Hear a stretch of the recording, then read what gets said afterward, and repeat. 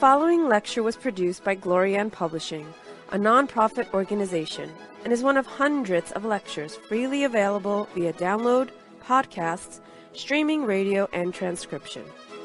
These lectures range in topic and complexity in order to address the many needs of humanity. We invite you to browse our library of lectures, books, courses, and articles to find teachings that suit you. Through the support of donations, Glorian Publishing has published 40 books, hosts international retreats several times a year, offers free online courses, and many other valuable resources, available to anyone worldwide. All of this has been made possible by the financial support of listeners like you. Your donations make it possible for this free public service to reach thousands of people every day. To make a tax-deductible donation in any amount, even anonymously, visit GnosticTeachings.org.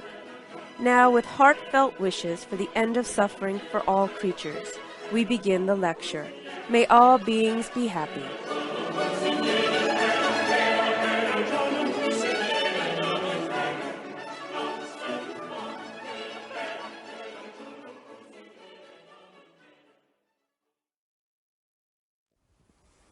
To continue our talks about the reality of death and dying, it's good for us to take a moment and become aware of the physical body that we're all using at this moment. To feel ourselves in the body, to be present here, not distracted, not somewhere else, not carried away by thoughts or feelings, longings or fears, but instead to simply be here, aware of the body, aware of oneself, aware of being aware. This simple awareness is the basis of all true spiritual development. It's from a point of view of simple, moment-to-moment presence that one can then advance deeper and discover the true mysteries of life and death. So long as we continue in our moment-to-moment progression through our evolution, through our development, being distracted, being easily confused, being tossed around by surging desires and thoughts and worries and memories, we will never understand life. And if we cannot understand life, we will never understand death. Presence, awareness, is an activity of consciousness. It is to be conscious, to be aware, to be present, to be here and now.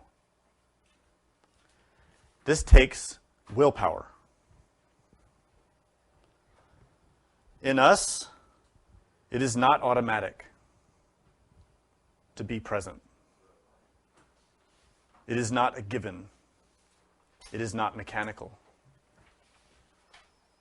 What is mechanical in us, what is automatic in us, is a state of psychological sleep in which we are continually distracted, continually torn between desires, pulled by fears and anxieties, worries, longings, envy, lust. This is what is most common in us in our moment-to-moment existence, is to be completely distracted, at the mercy of sensations, at the mercy of all of our perceptions. Whatever we perceive, we react to. And the reactions are generated in our mind stream according to how those perceptions strike us. They bring up our fear, our longings, our envy, our lust. And as such, from moment to moment, we are distracted. We are not in control of our psyche. This is the basis for suffering. All suffering is caused by desire. Desire stimulates the senses. The senses entrance the consciousness, and the consciousness sleeps, hypnotized. This is what is automatic and mechanical in us. So here I have positioned for you two fundamentally opposed states of being. The first is bright, active, cognizant presence, self-aware, self-luminous, self-generating,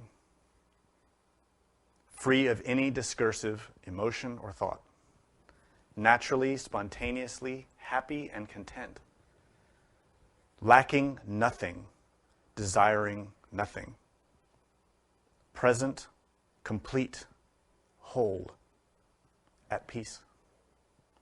This is consciousness in its natural state, unmodified. This is possible for anyone to experience, provided we know how to train ourselves to pay attention, to not be distracted. The second that I posited for you is the state of distraction, in which we experience all of the fears and terrors and even joys of mechanical life. Being caught constantly in the stream of suffering, craving, and aversion. Caught between conflicting desires. Caught between the pursuit of pleasure and the avoidance of pain. It is a state characterized by all of the sufferings we already know. Fear, anxiety, stress, lust, anger, pride. It is marked most characteristically by a state of complete distraction, a complete inability to hold attention, to relax, to concentrate. It is a state in which the mind is wild. If anyone here has tried to learn to meditate, you can see very quickly how wild the mind is and how hard to tame. And the reason it's hard to tame is because we've allowed that mind to be wild for so long. But with practice, with training, you can learn to calm the surging mind. And it will relax and settle into its natural state. And in that context, you can experience the peace of an undistracted consciousness. So these two fundamentally opposed states are the basis of everything in life and death. Absolutely everything. In order to have a good life, the basis of all the spiritual teachings are the same. Be content. Learn to love. Don't covet. Don't steal. Don't kill. In other words, basic ethics that when followed spontaneously and naturally in oneself, we stop producing discursive energies in the mind stream, in our life. Killing, stealing, lust, pride, envy, fear, all produce a great amount of discursive, disturbing energy. That's why our mind is disturbed. That's why our heart is unhappy. Because of ourselves.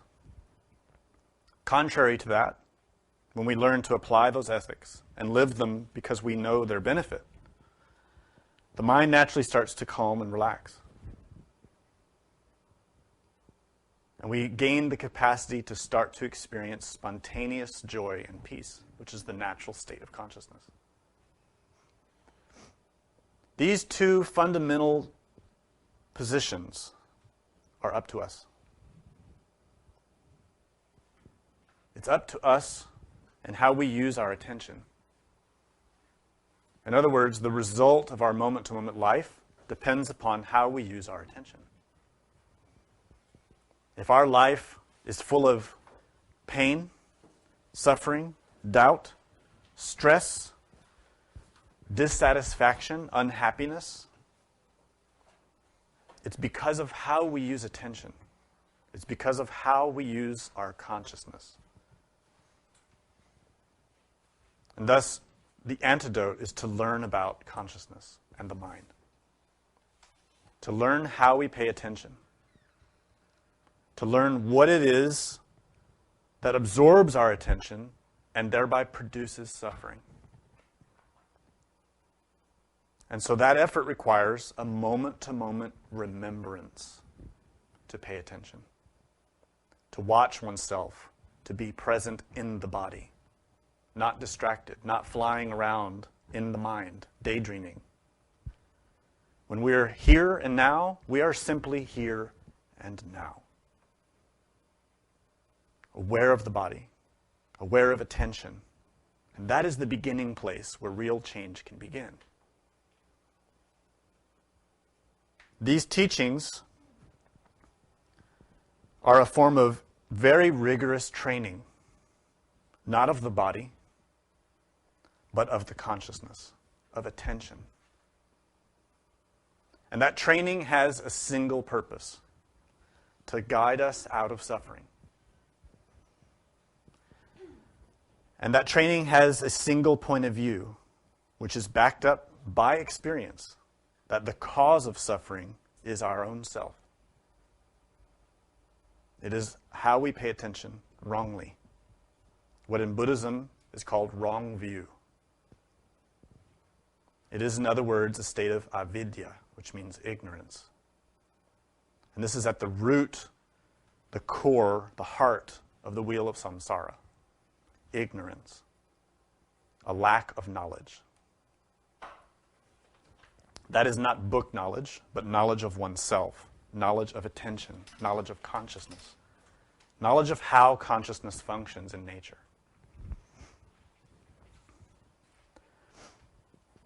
So this teaching is a training for consciousness to gain knowledge, to learn about itself, how it should function, how it functions in harmony with nature, and how it can create suffering or liberation from suffering.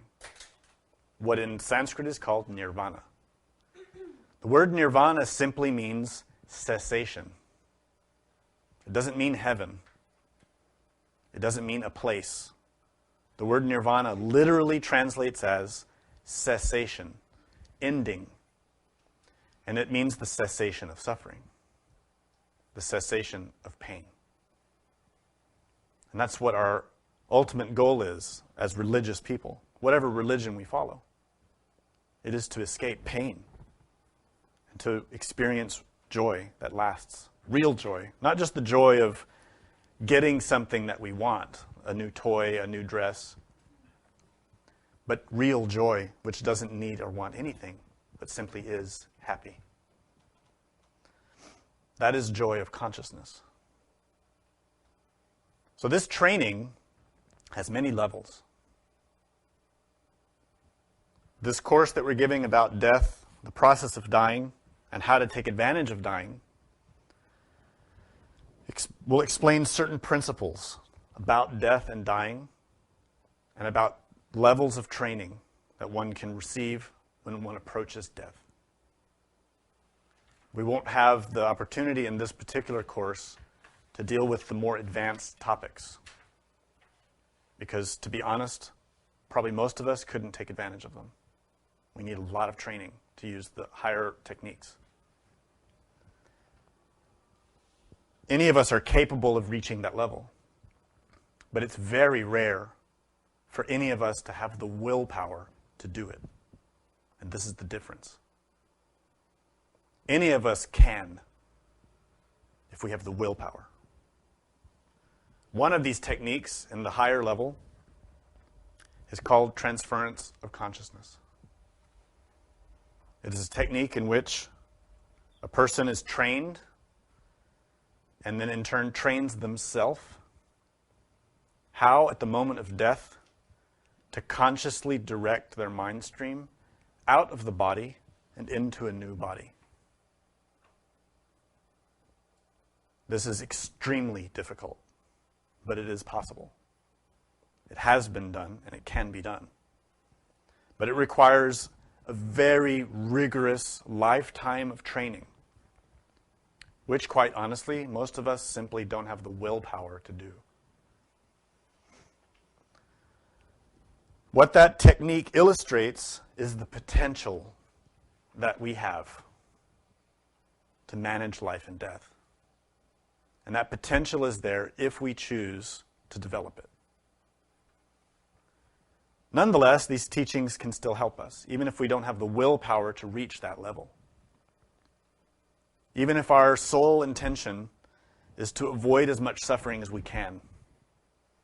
For example, at the moment of death, no one here really would want to go to hell. I know a lot of people love the concept of hell, and they talk about it, and they listen to music, and they claim to be black magicians or vampires, and they love what they call death music. But the simple reality is, if they experience the reality of hell, they will not want to be there.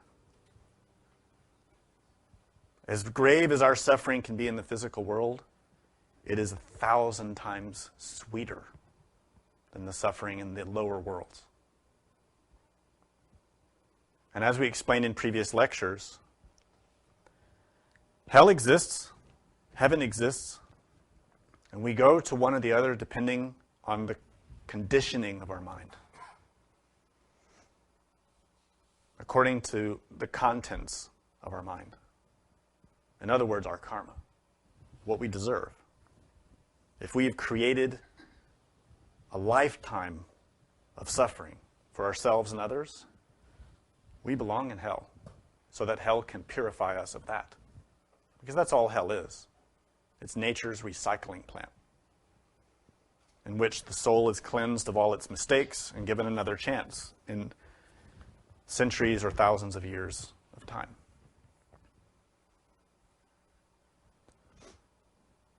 We all want to escape that. So by application of this science, even if we can't reach the higher level of training, if we at least learn to apply ethics, to change for the better, to not be a bad person, to abandon selfishness, to learn to pay attention and be caring about others, to stop committing crimes, whether in the mind or in the body. Those simple actions, renouncing selfish, harmful behavior, changes the trajectory of our evolutionary development. It might be enough to give us a chance to keep working. It depends on our karma. It depends on the contents of our mind. So we give this training for a broad spectrum of people. Some are not so bad. Some, simply by trying to be a good person, by trying to change their behavior for the better, can gradually and slowly change the trajectory up to avoid suffering, little by little, day by day, moment by moment. And to be honest, this is the case for most of us. Most people don't have the strong will and the circumstances of life to become a very advanced practitioner. It's a simple fact. It's rare that a person has so much willpower and is so sick of suffering that they renounce TV, they renounce movies, they renounce drinking and smoking and lust, and they give up all harmful behavior in order to dedicate themselves today, every day, exclusively to transforming their mind. If you're that kind of person, then you can learn these higher techniques. And chances are, if you have that type of daily, intense spiritual rigor, you will learn it. But the simple fact is, most of us are not that intense. Most of us do what we can, but we're so afflicted with the hypnosis of life, so deluded by the comforts of life, so entranced by pleasure, that it's very difficult for us to even meditate for a few moments, to even pay attention for a few moments. It's an honest truth. So for these levels of practitioners, there are techniques provided. Like most of us who are beginners, who don't have a lot of willpower, who are very distracted, and have a very hard time staying focused on our spiritual effort, the practice that we need most, the work that we need most, is with ethics. To change our behaviors for the better. To do good, to help others. This is complemented by a constant development of the awareness of death. To become deeply cognizant that we will die. And this cognizance, this persistent awareness that the body that we're in right now will die. As much as we pamper it, as much as we perfume it, as much as we try to give it every little thing of food that it wants and every little comfort that it wants, at a given moment, it will become that thing that we hate so much called a corpse. It will become an object of revulsion to everyone. So as much as we love this body and love for someone to come and touch it and stroke it, some moment soon, it will become an object that no one will want to touch. It will become a corpse, dead, disgusting to us. We need to develop awareness of that. Start to reduce our attachment to the body and become aware of its impermanence, that it will die. That awareness extends another step into learning about cause and effect, karma. Learning about how the laws of nature function. And when we do something selfish, such as we act out of anger, we cultivate pride, we cultivate lust, we cultivate envy, that these all produce suffering for ourselves, for others. And by simple analysis in our life of what happens when we do those things, we can, by observation and logical deduction, start to realize that hell is real and that one experiences it according to the conditioning of one's mind. And thereby, if I don't change, I will experience hell. This set of parameters is the basic level of training that has many different forms in different religions. But it is the basic level, the first level. This is the training, type of training in its different forms that every religious person in the world goes through according to the particular characteristics of their own religion. They learn about ethics, they learn about hell, they learn about how to be a good person. And the heart of all that is learning to use attention properly. Some religions do it in different ways than others. Some have decayed and don't have the complete instruction. But in general, this is what we see. If our experience of life is so strong that we've become very sick of suffering and we want more than that, then based on that foundation, there's a greater level of training we can receive. And we've talked about these levels of training in other classes. Greater vehicle and then the tantric vehicle. So there are, in essence, 3 levels of teaching in every religion, in every tradition. In this course, we're primarily focused on the first level because, to be honest, that's where most of us are. I know everyone likes to think that they're advanced practitioners, but in honest truth, none of us are. And if we think we are, we need to meditate on pride. There are simple tests that we can apply to ourselves to discover if we are, in fact, advanced practitioners. The simplest one is this. Do we fall asleep? Ever? If we fall asleep, we are not advanced. I mean falling asleep right now, where the consciousness falls asleep, where we lose our concentration, we get distracted, start wandering around for a little while, and then all of a sudden we realize, oh, I'm supposed to be listening to this guy's lecture. What has he been talking about for the last 10 minutes? I have no idea. That is a state of sleep, where then we snap out of it. Another level of sleep is when the physical body sleeps and we lose complete cognizance of our self-consciousness. And then minutes or hours later, we suddenly realize we're in bed and we've been sleeping. And maybe there's a vague memory of a dream. Advanced practitioners do not sleep. They maintain a continual cognizance of their attention, even when the physical body is asleep. So let's be honest about where we are in our development. It's important because when we face death, this artificial notion of being advanced or beginner means nothing. When death comes, the only thing that matters is, can you retain awareness?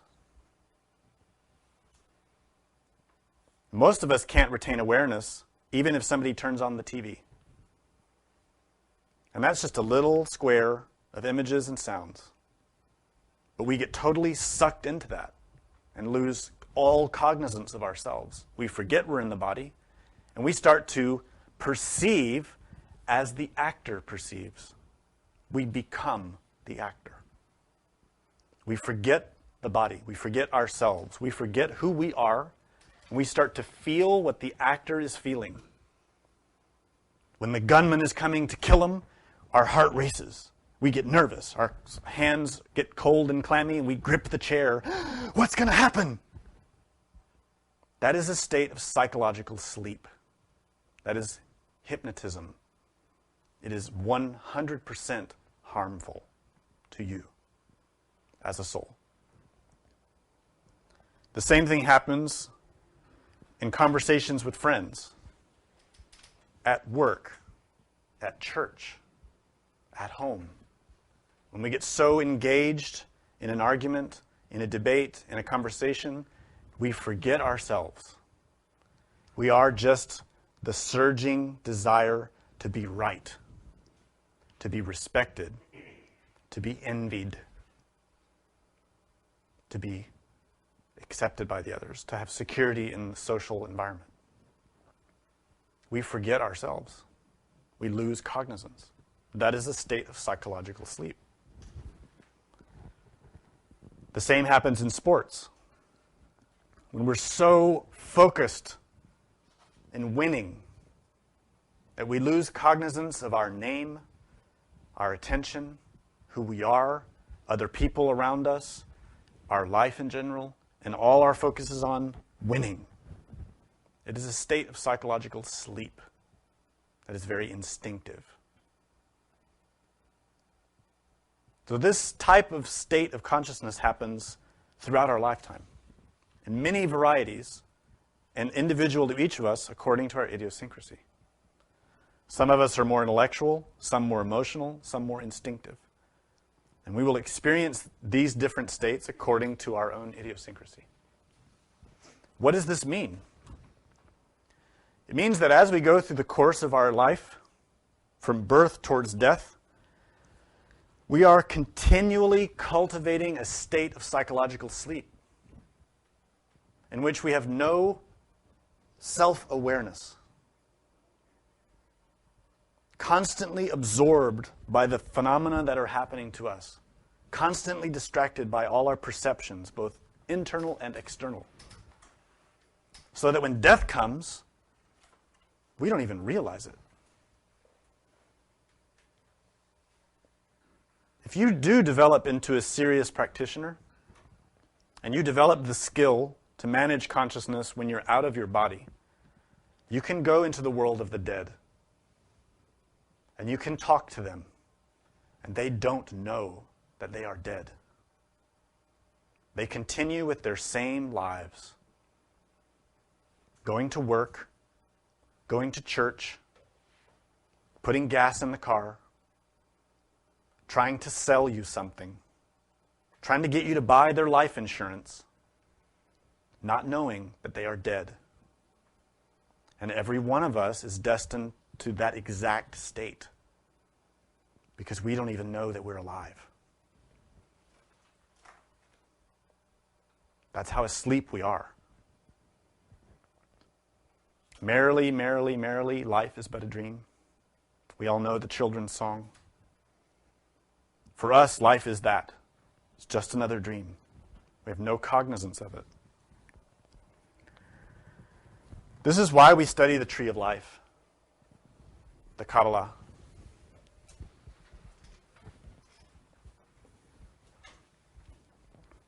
This map or glyph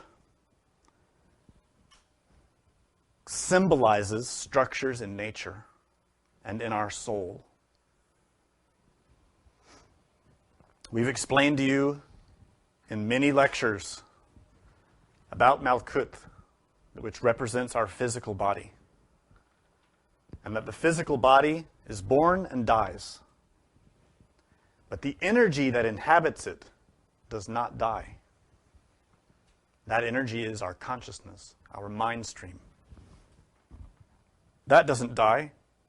It progresses according to the trajectory of its karmic flow.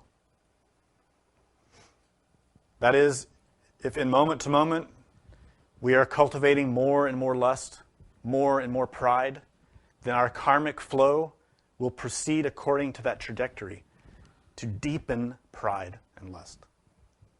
In other words, our trajectory is going downwards into klipot, where we can be with all of those who are very proud and lustful, which we call demons. That is the natural trajectory of that cause and effect relationship. But if instead in our life we are renouncing pride, lust, envy, gluttony, laziness, etc., we are changing the trajectory of that mind stream towards those who are free of pride, lust, fear, envy, which we call angels or masters. This is a moment-to-moment choice we make according to how we react and handle our consciousness. So what this glyph shows us are all the levels of nature. Superior levels and inferior levels. Heavens and hells. It's all very interesting. And as beautiful and complicated as nature is physically, it is far more beautiful and complicated in all the other dimensions. This is not something easy to grasp. Don't think you can study this for a couple of years and understand it. You cannot. This map is only a symbol. Every one of these spheres is a world, but every one of these worlds has worlds in it. Like in our physical world, it's very complicated. We can go to the macro scale and look at universes, galaxies, solar systems, and it's overwhelming. That's just physically. But that scale goes all the way down to the atoms, to quanta, and it seems completely contradictory to everything else.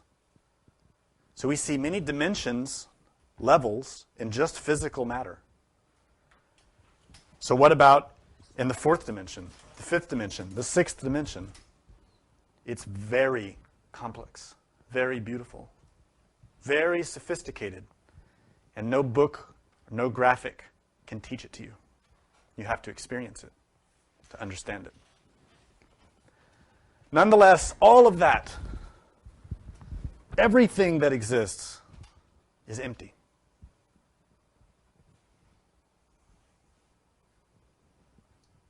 Everything. Everything that manifests in every universe is in its heart emptiness. For us, this seems bewildering. To the intellect, it seems incomprehensible. And the intellect tries to make it into something material. As if to say, that emptiness must be a great non-existence. And we relate this to our materialistic point of view about life and death. We think, all I know is physical. I only believe what my five senses tell me. Thus, when I die, I will cease to exist. This is our way of thinking in this era. And naturally, by extension, we think, if it's true, as I believe, that when I die I will cease to exist, then that means from now till then, I can do whatever I want. I will get as much pleasure as I can. Whether that pleasure comes from sex, from killing, from stealing, from lying. And this is what we see as the way of the world now. Materialism has become so powerful that now most people don't care at all about the effects of their actions. They only want to get everything they can get. They don't care who they hurt or how they get it. And every one of us is affected by this, even if we think we're a good person, because we're getting saturated with this philosophy through every TV show, book, television, internet. All the media is saturated with this point of view, this philosophy of materialism.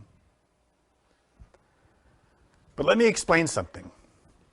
This great emptiness, which we call the Ein Sof in Hebrew, and which in Asian traditions is called Shunyata, Prakriti. It has different names depending on the tradition. That emptiness is not a lack of existence. It doesn't relate to this concept that when we die, we will cease to exist. This is a very diluted kind of logic, and it does not relate. I'm pointing this out because there are many people who study Kabbalah and who study mysticism and religion and Buddhism, and they state, Buddhism says that everything is emptiness, which means that we don't exist in the end, and we can do whatever we want now. And there are many tantrics who teach that. But it's wrong. It is absolutely mistaken. Likewise, it is mistaken to say that we exist eternally. That after we die, we go to heaven or hell forever. This is also a mistake. So here we see two fundamentally opposing views about life after death: nihilism and eternalism. The nihilists believe that after we die, we cease to exist, and that's it. We have one life to live. Let's live fast, get everything we can, then we die. This is wrong. It contradicts every law of nature. If we really study, we will see how foolish that concept is. And then we will start to see that that concept is a very convenient philosophy for those who benefit from it. Because there are people who benefit from that. Because they're taking advantage of the ones who believe in it. On the other side is the eternalist, like many fundamentalists who think, if I simply believe in my religion, then I'm going to go to heaven forever. No religion says that. Some fundamentalists say it, but no scripture says it. No master said that. The reason this is important to grasp is because all of us have these two warring concepts in our mind. We may not be conscious of it.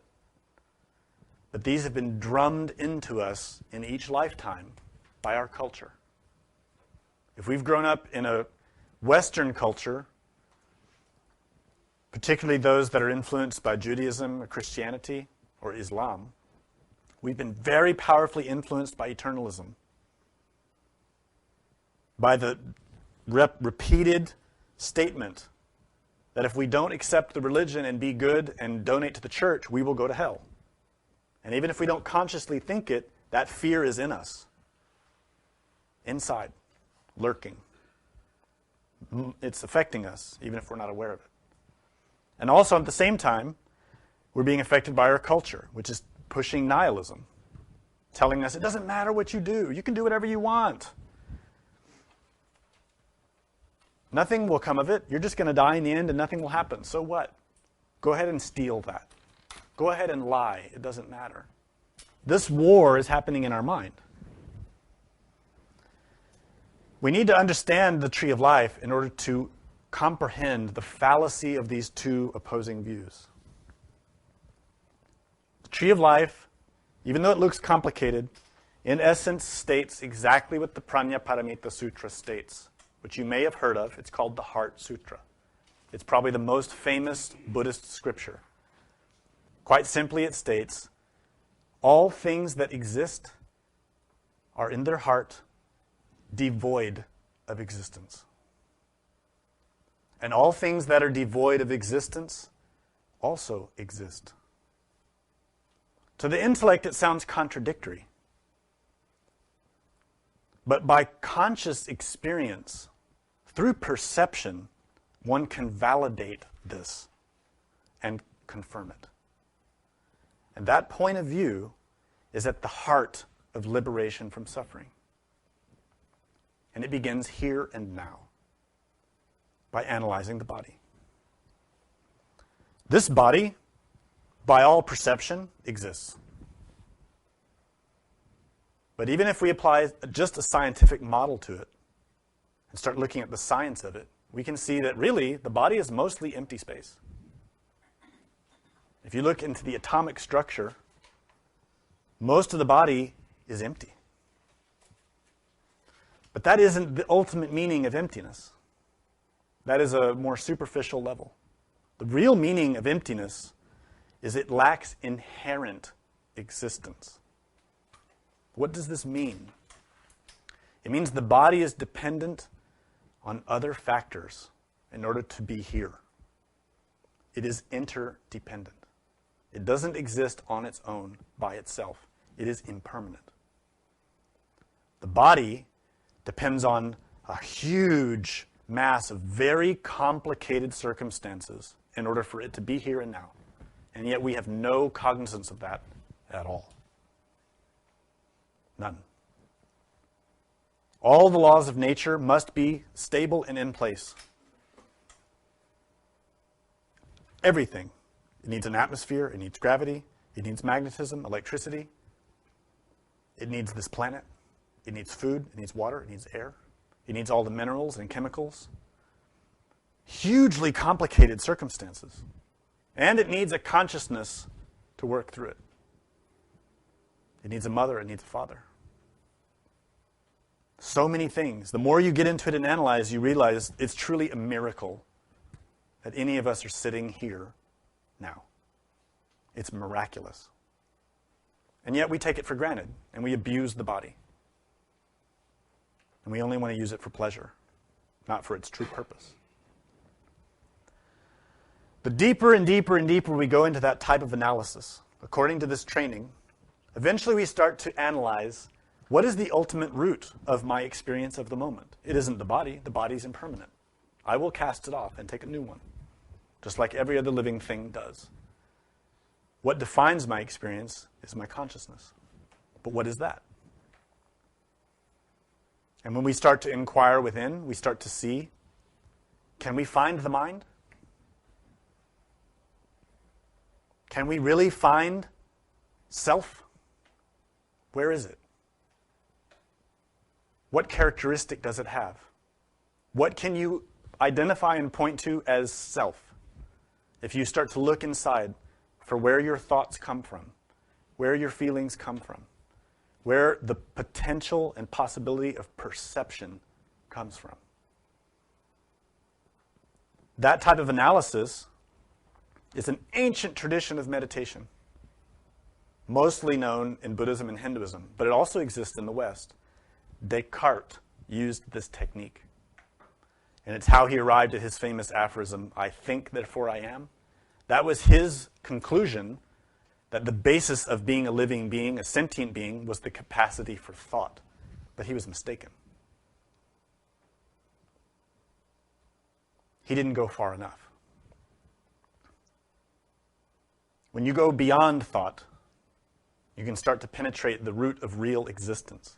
That's what this tree of life shows us. It isn't the body. It isn't the vital body. It isn't the emotional body. It isn't the mental body. It isn't the causal body. It isn't the Buddhic body or the Atmic body. It isn't even the Trikaya, the Nirmanakaya, Sambhogakaya, or Dharmakaya. These are all the bodies of the being. None of those are the ultimate nature of consciousness, the nature of being. The ultimate nature of being is the absolute, the emptiness. And that's what the Prajnaparamita was teaching us. Form is emptiness, and emptiness is form. It's stating what's shown here on the glyph of the Tree of Life. The absolute, which is uncreated light, pure potentiality, unmodified by any state at all. A pure, simple potentiality. That becomes what is. And what is that. That ultimate root is the emptiness in all things. It is something, but it is not nothing. It is not anything that can be conceived with the mind, but it is something. In its heart, in its essence, it is purity. It is pure happiness. It is the ultimate state of existence, pure joy.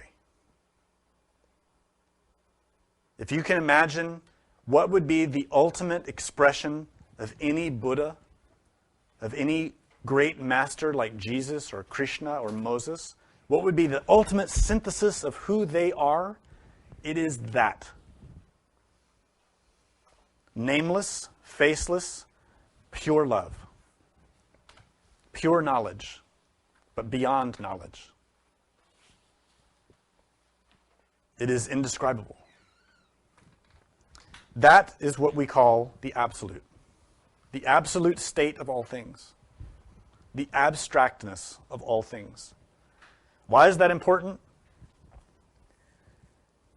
It's because we have lost touch with that we suffer.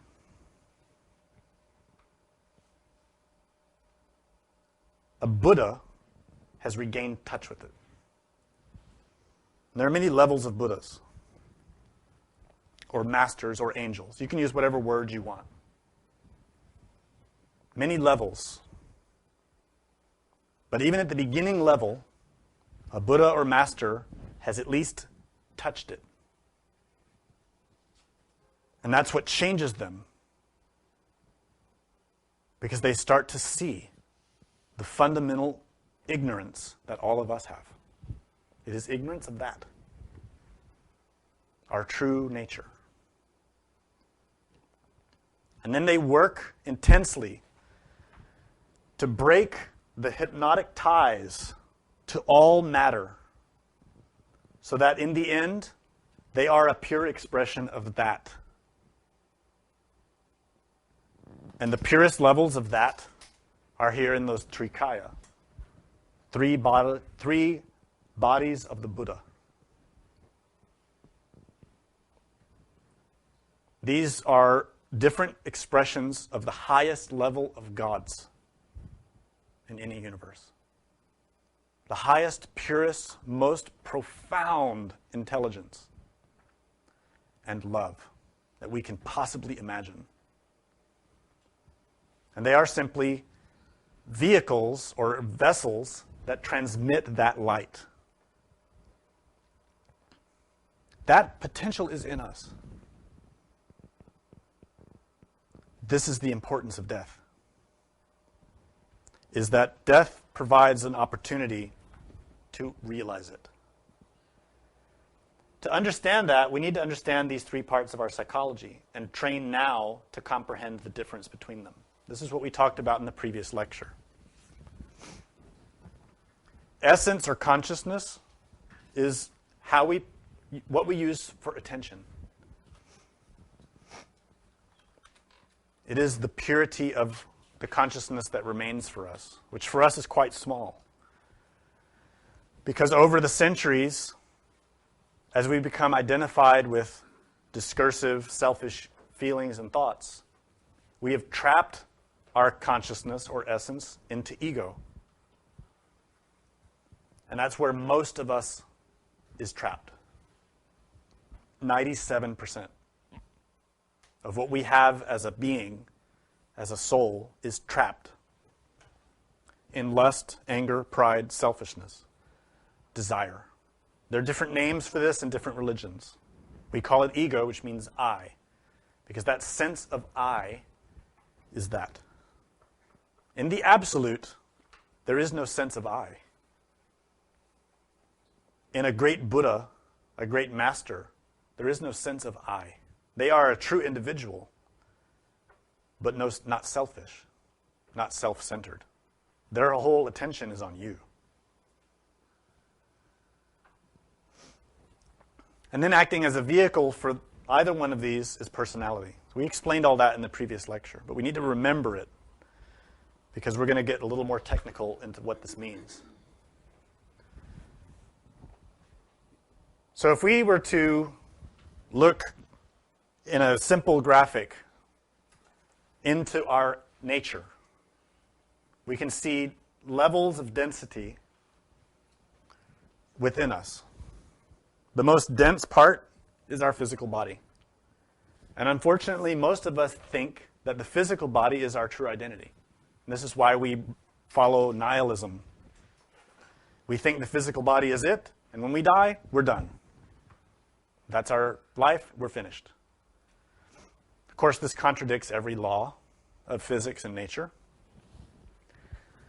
What allows us to have the physical body, what activates it, what gives it the possibility to move and to perceive is the vital body. The vital body is the body of qi, or qing, body of energy. It is the energy in the physical body. It is the fourth dimensional aspect of the third dimensional physical body. The vital body is just the superior part of the physical body. Really, they're one. But we separate them because here in the third dimension, most of us cannot perceive the fourth dimension. We've lost that. We used to have it, but we lost it. But in terms of nature's laws, these really are one level. They're very closely related. And inhabiting the physical vital body is what we experience as our inner self. Mind, heart. In Buddhism, these are not separated. Mind, heart are considered one.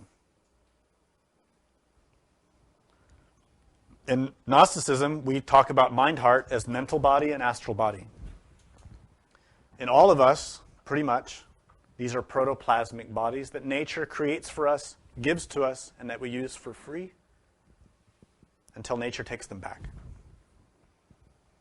These are what we experience as mind, emotion. They are the vessels that we use when we dream. They are the vessels we're using right now that reflect thoughts into the brain and reflect feelings into the heart.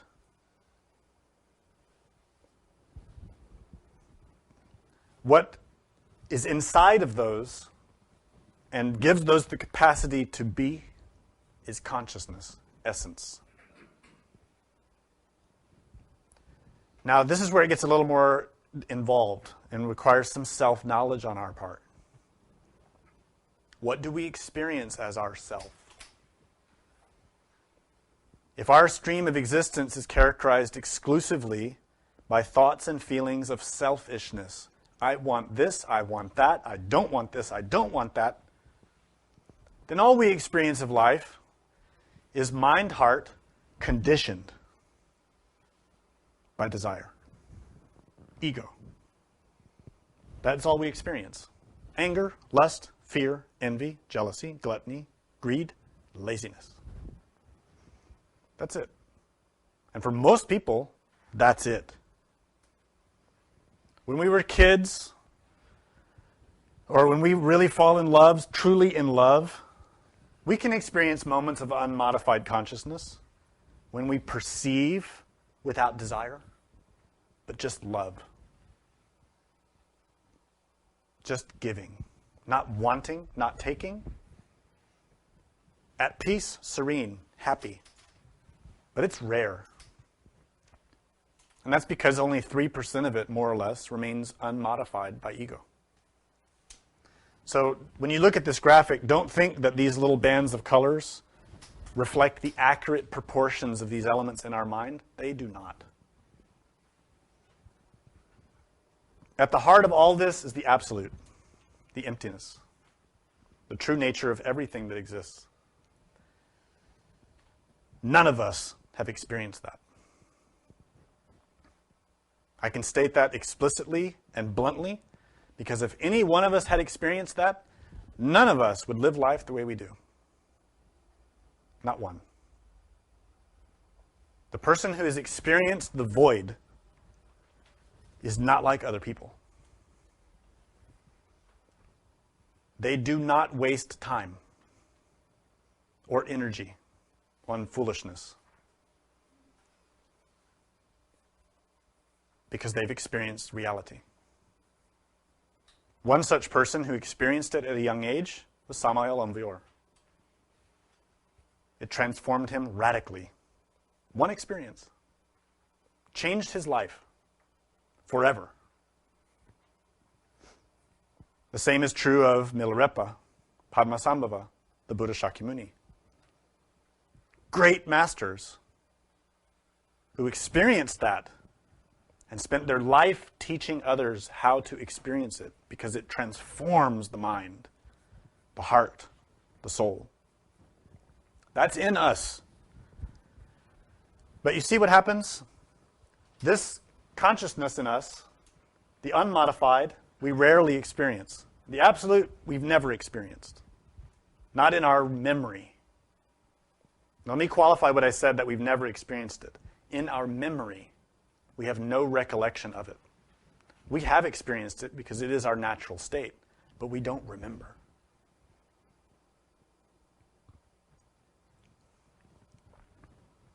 What we experience is the mind-heart, but conditioned. Not the mind-heart free of affliction, but conditioned by affliction. So our mental and astral bodies are afflicted or conditioned by pride and lust and gluttony and envy and all of that. Desire.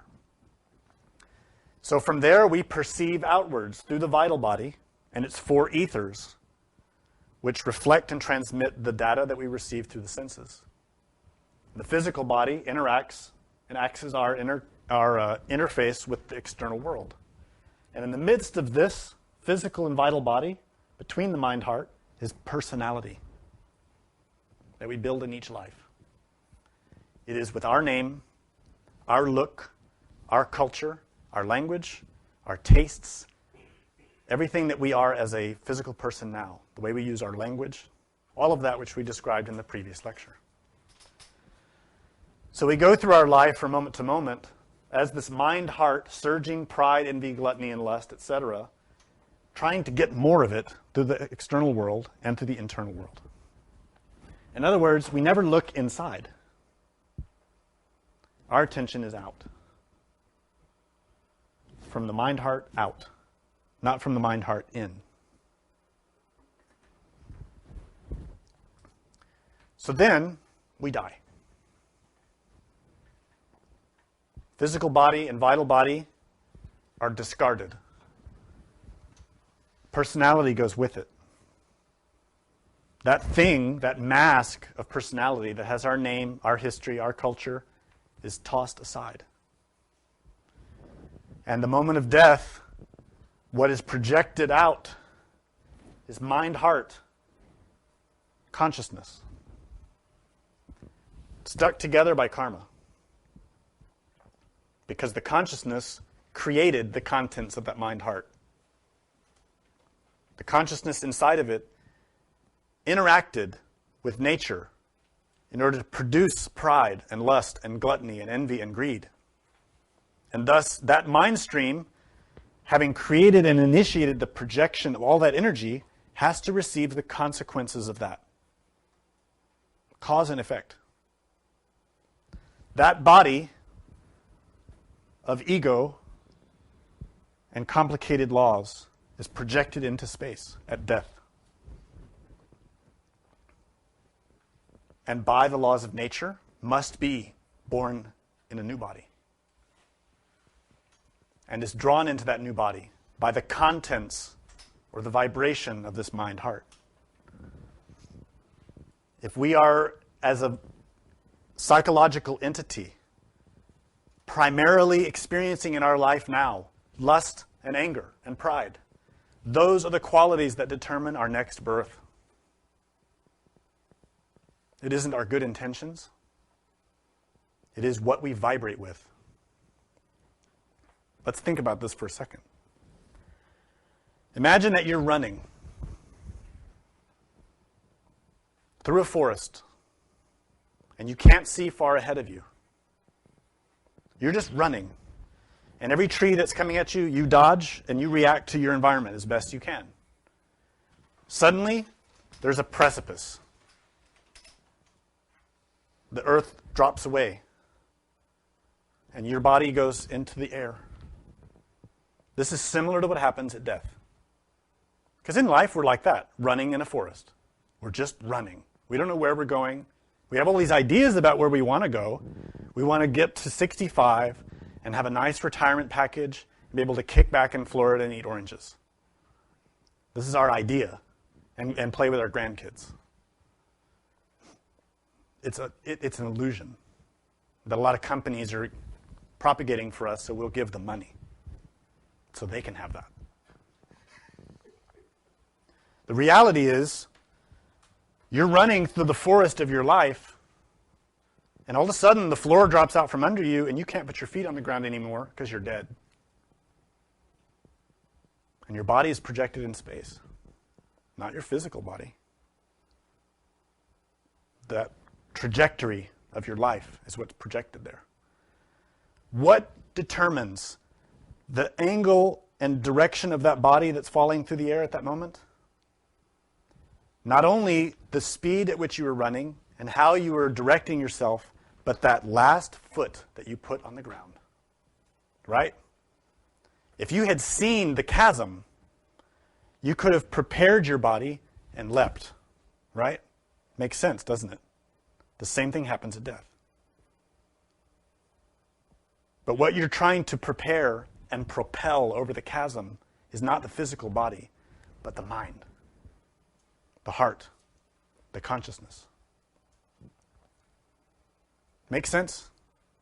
Simple in concept, very difficult to do in practice. Let me tell you why. You leave the lecture now, you go back to your daily life, and you're going to be enmeshed once again in all your habits. Distracted by taking the train, by driving your car, distracted by all the things you have to do today. Your friends are calling, your parents are calling, you got to do this, you got to do that. You're dead. You didn't realize it. You missed your chance. That's how it happens. We have to learn to train the mind, the consciousness, the heart, the body, everything, to be constantly watching every perception that arises to us, so that when death comes, we're not surprised. That's why we study the betweens. It took me an hour to get to this point. This is what the lecture's about right now.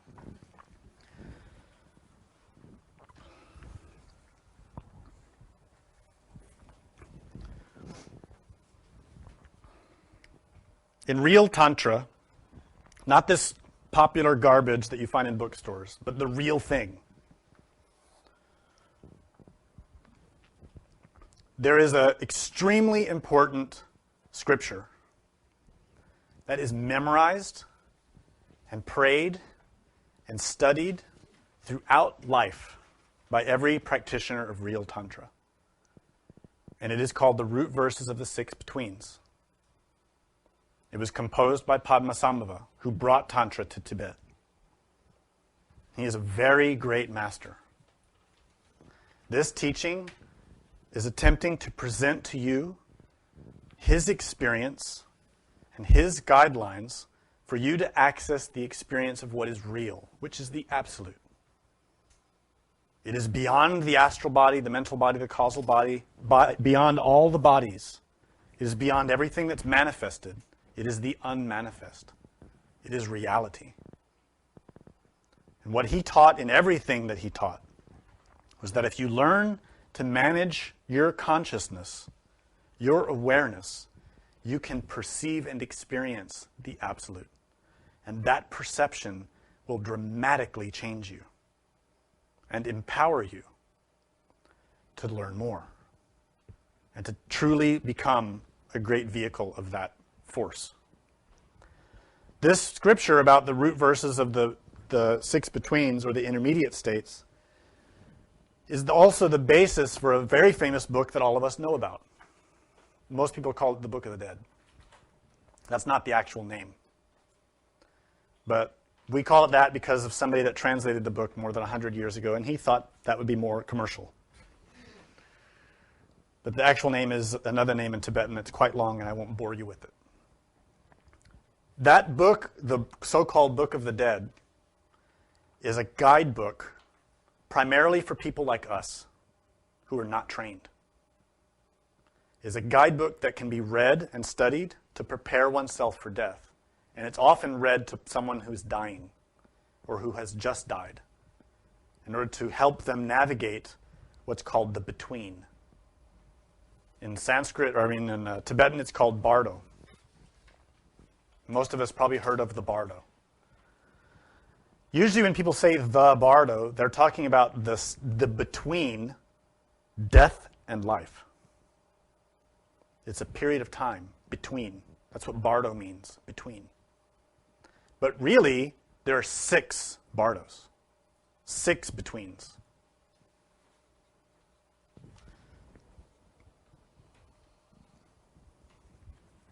The first one, and for the moment the most important, is the between that we're in right now. It is that time, that space between birth and death. So all of us are in a bardo, a state of being, which we call life. But really, it isn't living, because we're asleep. We're living, quote, a state of continual delusion, of hypnosis, where we are entranced and hypnotized by the contents of our own mind stream. We are entranced by our envy, by wanting what others have. We are entranced by pride, by wanting to be better than others. We are entranced by fear of rejection, of loneliness, of hunger, of pain. We are entranced by lust, by anger, by gluttony and laziness. We are asleep. We say vigil state out of kindness. We really aren't vigilant. We're living a dream.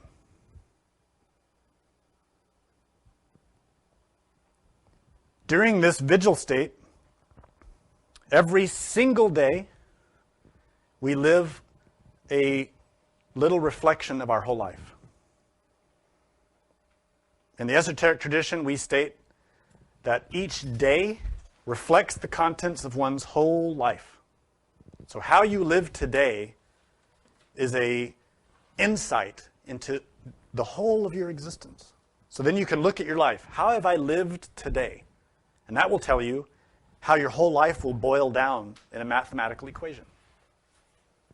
Now, if today you've been distracted, asleep, anxious, worried, angry, rushed, stressed, in other words, feeling a lot of discursive emotion, that will be the synthesis of your whole life. That's why we work to change today. This teaching is about being in the moment and transforming the moment into something better. Making that vigil state into true vigilance of one's own mind stream.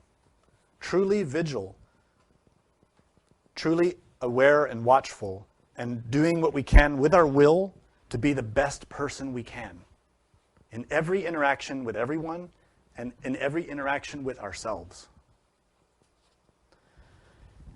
Each day is a microcosm of our whole life. So at night, when we fall asleep, it is a reflection of when we will die. And that's why the Tibetan masters state, if you want to know what happens when you die, look at what happens when you go to sleep at night. If you lose all cognizance of yourself when you go to sleep at night, you will lose cognizance of yourself when you die. That's why we train in dream yoga. In the West, they call it astral projection. That's because the dream state is the second between.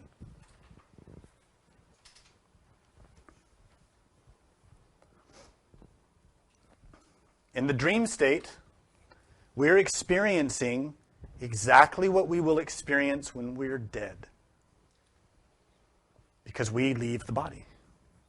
The mind, heart, with the consciousness, goes out of the body. The physical body and the vital body stay in the bed, recharging, resting, healing. The consciousness is projected into the world of dreams, the fifth dimension. And our experience in that time and place is characterized by the conditioning of our mind. We dream what is in our mind. We dream according to our state of consciousness. If we're having nightmares, it's because our state of consciousness is in hell. If we dream with angels and Buddhas and masters, our consciousness is not so low.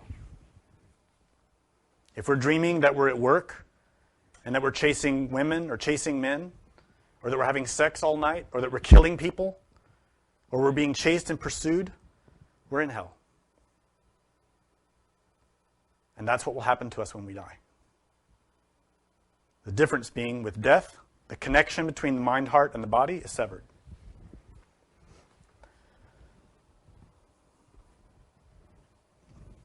The third between is a state of meditation.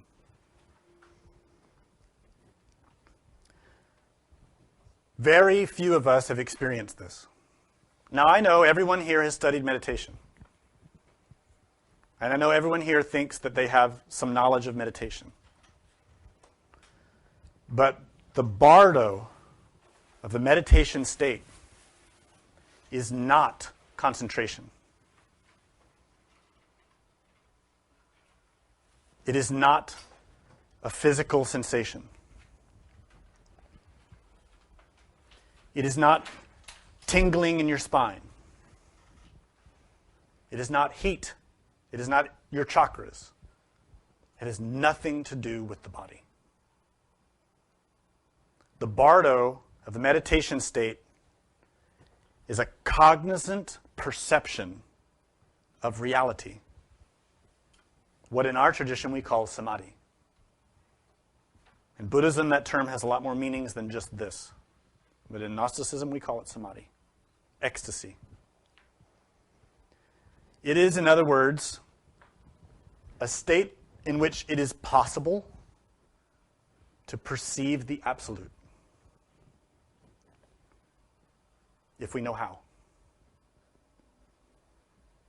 Now, let me warn you that in some translations of these betweens or bardos, this is translated as trance. But unfortunately, a lot of naive people have taken that word trance and corrupted it in the last decade or so. And now people have this idea that trance is what you get from listening to certain kinds of music, or taking drugs, or having your iPod on for a long time.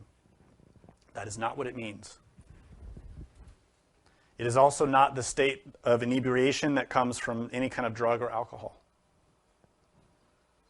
By trance or by meditative state, what is implied here, what is referred to here, is a bright, active, very clear, very luminous perception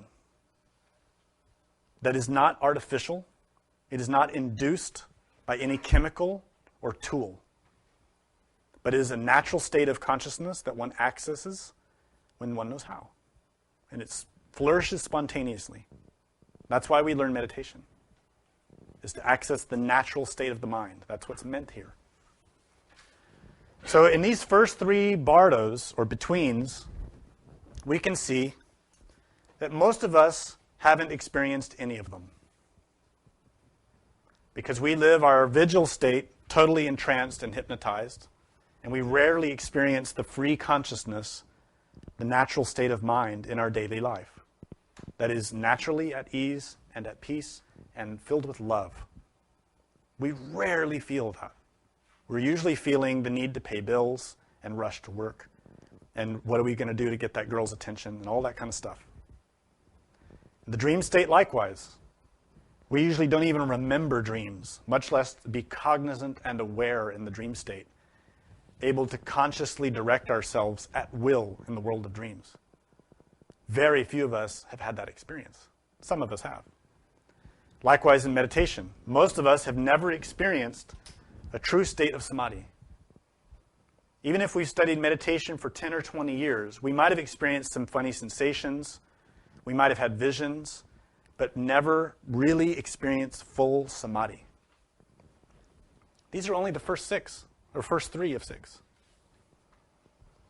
So let's be honest with ourselves so that we can actually experience them, learn how to do it. The fourth between is the phase that happens at death.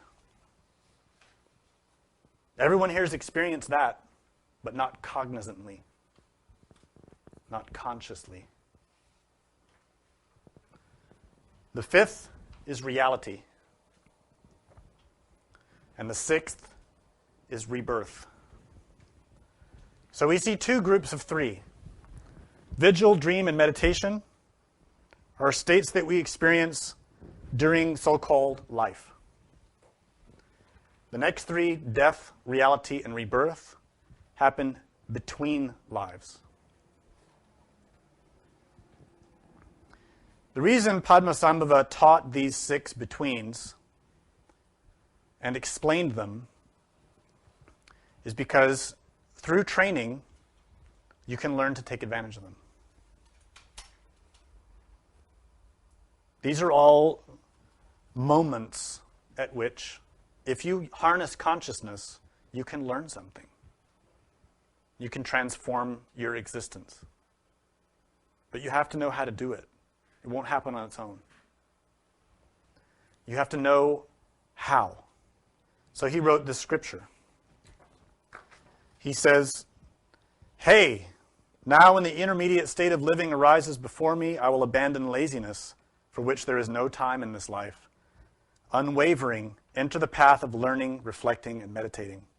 And taking perceptual experience and the nature of consciousness as the path, I will actualize the three bodies of enlightenment.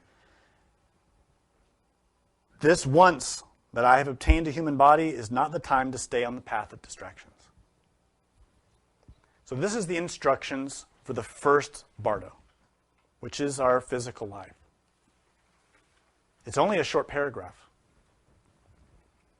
But if you really contemplate it, study it, put it into practice, it will change everything for you.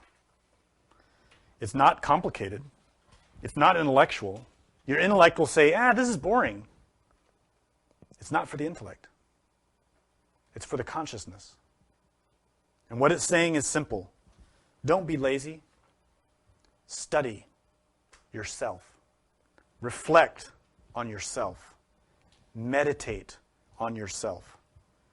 Take perceptual experience and the nature of consciousness as the path. That is the essence. Take perceptual experience. In other words, everything that you see and perceive, take that as your gnosis. Comprehend everything. Don't be distracted. That is the essence of the entire Scripture. Learn to be present at the gate of the senses, watching. This is what's explained in the Bhagavad Gita by Lord Krishna. To be a gatekeeper. To be at the gate of the senses continually, in charge of what comes in to the mind. Exercising your will. Perceiving consciously everything. And taking the nature of consciousness as the path. This is a little deeper. It's not only to be taking everything in consciously, but also being conscious of how you do it. In other words, observing the observer. Now, I know some of us get a little confused sometimes about this split or division of attention. And we talk about it in contradictory ways, but it's really one thing. It is an all-embracing cognizance, inside and outside. It is an embracing of cognizance that doesn't divide, but embraces. That sees everything. And that takes training. This essentially continues and gets deeper as you read the Scripture and go through all of the bardos or betweens. I'll let you study this on your own time. What I basically want to point out is the essential nature of preparation for death is to train the consciousness to be present, to take all perception and transform it consciously. This is what we call in this tradition transformation of impressions. The first step is that we learn to be cognizant, self-aware. We call it self-observation. This is combined with a deep remembrance of being here and now, remembering that we're in the body, remembering God. These are really one thing. But we use these terms from the Fourth Way schools because they're very convenient. This type of self-awareness has to be very persistent, continual, always ready and listening, observing, absorbing, taking in. And whatever arrives in us, we comprehend that because we're consciously accepting it. And this is that transformation that has to continually happen in us. You're not going to learn this in one day. You probably won't even learn it in 1 year. But think on the value of this. If you study this and reflect on it, you will see how valuable it is. How valuable it would be to reach the moment of death and to be able to pass through that gateway cognizantly and to have some will or influence over what happens when you die. How valuable is that? This especially becomes valuable when you start to reflect on the nature of death, the nature of hell, the nature of heaven, and future existences. You start to realize, I really don't want to go to hell, especially once you've had experiences of it. Personally, I have experienced it. I don't want to go there. It's horrible. It's far more horrible than the Catholics or Christians or Buddhists or anybody ever said. They always use these terrible analogies to try to scare us. But let me tell you, the experience of it is far worse. I'm not saying that to scare you, but to get you to realize this is real. It isn't just belief. It's real. We need to learn that. We need to change. When you realize how valuable this knowledge is, that it can help you transition through these phases.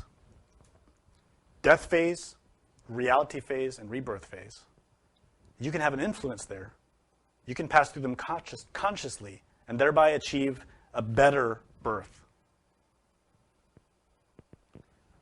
In these phases, death, reality, and rebirth, we as a mind heart, as an essence or ego, are passed through these phases depending upon our karma and depending on our state of consciousness.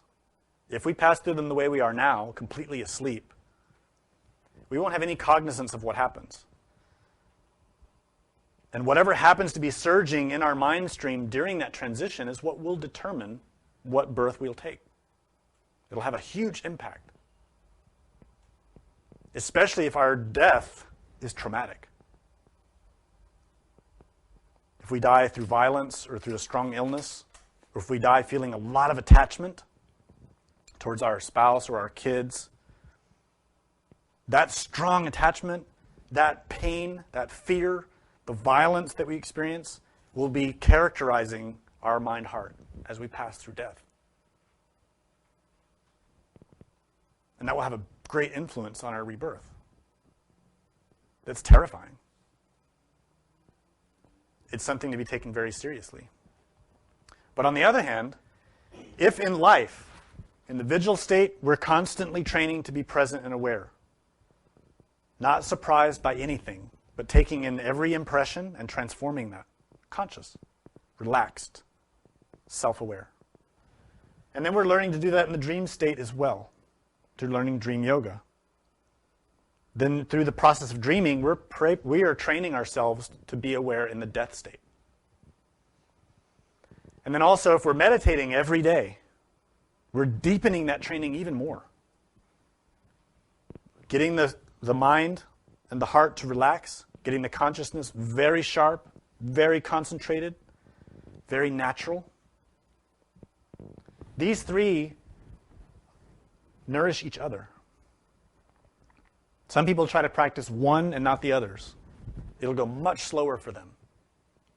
But if you train in all three at the same time, you grow very rapidly. You will learn a lot fast. It's not easy, but you can do it. That way, in training in these three states, vigil, dream, and meditation, when the moment of death comes, you have the possibility to retain that training, to have the tools at your disposal. There's no guarantee. It depends on how good your training is, how well you've trained yourself. That's not dependent on me or any school or any book. It's up to you. We provide the instructions, but you have to implement them. If in that moment, when death comes, you are capable of transforming that impression without attachment, without fear, without resistance, without craving, then you can harness that energy. This is the basis of Tantra. To harness the flow of existence and transform it into a force of good. In the phase of death, there is a period of time when after the consciousness is severed from the body. There is a period of time that's different for everyone. It can be as quick as a moment. It can also last for days. It's this phase called the death phase. It's the after-death phase. Most people say its average is 3 days. It really depends on the person and the nature of their mind stream. During that phase, that consciousness that is freed from the body has the potential to learn a lot about itself, to establish itself cognizant in the state of death, and to harness that. It isn't you with your name now. It is you who you really are. And that's part of the danger, or part of the difficulty.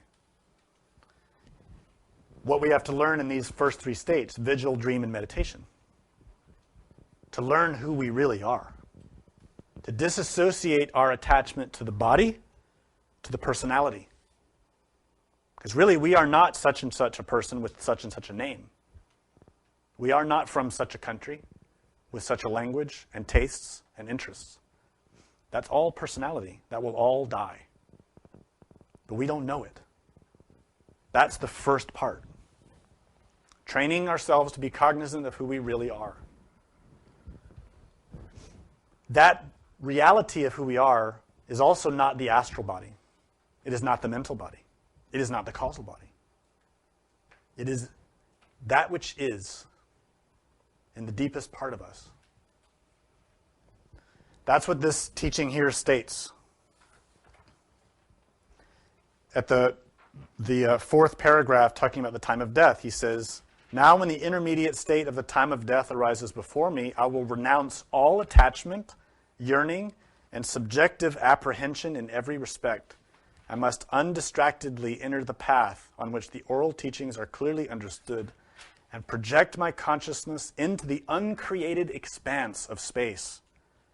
About to lose this compounded body of flesh and blood, I will realize it to be impermanent illusion." That uncreated expanse of space is the absolute. It isn't space with stars and galaxies. It is the space of the absolute, which is inside. In other words, these three phases that occur after death, there is a strong opportunity to experience the nature of the absolute. Why? Because we're freed of the physical body and the personality and the vital body. Reflect on that. The physical body is a cage. If any of us here wanted to leave the physical body right now and go into the absolute, could we do it? If we wanted to go consciously out of the body into the astral plane right now, could we do it? At will. Samael Aun Weor told us to be an actual magician, a theurgist, a tantric, you must have that. Most of us don't. We try and try, but we can't really do it at will. What does that mean? That means we can't do it when we die. That means we're in trouble. If you expect you'll be able to do it at death, you should be able to do it right now.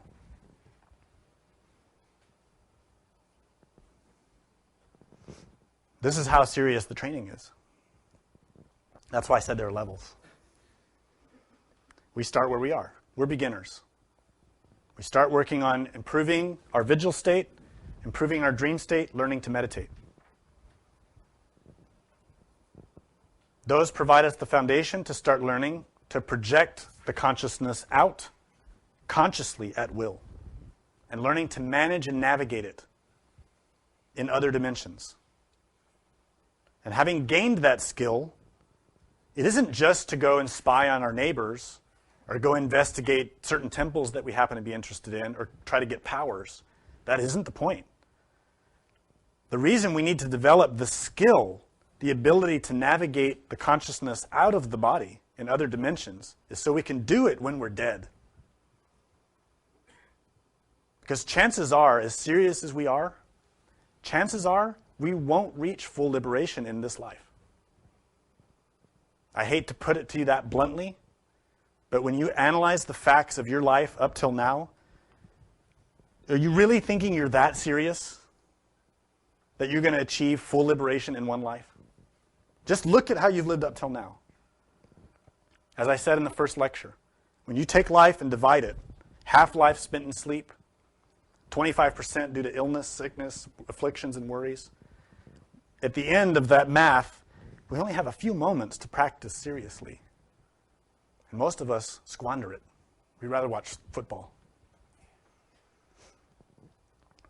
So let's be honest with ourselves, sincere. Chances are we need another body. Chances are. According to our karma, according to how lazy we are, we probably will need another body to work. But if we squander that chance, and at death we're totally absorbed in our pride, our ambition, thinking we're a big shot practitioner when we're really not, we'll waste it. And we'll be born somewhere where there is no teaching, and we won't get it. Or we'll be born with afflictions that will impede our progress. But if we can take advantage of that, train ourselves properly, sincerely, honestly, these three phases, death, reality, and rebirth, can energize the transition into a new body, and we can take a much better birth, cognizant. Now let me explain something important about that. There's a very big difference between reincarnation and return. I'm not talking about reincarnation here. Reincarnation is something that a master can do, a Buddha. And what a reincarnation is an incarnation of the being, conscious. This is why in Asia, true reincarnations are always celebrated with great festivals, because it's a big deal. It's rare. We don't have that ability to die, to go consciously into that world, and then to consciously choose when, where, and how to be born. None of us have that. What happens to us is we return. We die, usually unconscious, and we're projected through that space by our karma and injected into a womb by our karma, cause and effect that we set up. And then we're just in a new body. And that whole process is very traumatic for us. Our death is usually traumatic because we have a lot of attachment to the body, to family, to our things, to our wealth, to our name, to our social status. And very attached to all that, we die, filled with anguish and attachment. And that consciousness is projected through space, filled with anguish and attachment, and gets tossed by its dreams, its fears, its anxieties. Suddenly, it's born again, very traumatic, painful. The baby's screaming because the consciousness is again trapped in a body. And even if it retains some memory of the previous life, those memories are quickly lost because of the traumas, difficulties, and pains of the new life. These new parents that we don't know, this new environment. I used to be white, now I'm black. I used to be a man, now I'm a woman. What's going on? Where's my money, my status, my wife? All gone. We forget everything. A master, that doesn't happen. A master navigates these phases consciously, takes a birth consciously, where he wants, when he wants, according to the needs of humanity, according to where he or she will be able to serve them the best. That's reincarnation. This is very clearly explained in the Bhagavad Gita by Lord Krishna, who is a great Christified, resurrected master. He explains very clearly, only great masters reincarnate. The rest of us are carried along by karma. We're reborn, but that's not reincarnation. So that distinction needs to be clear.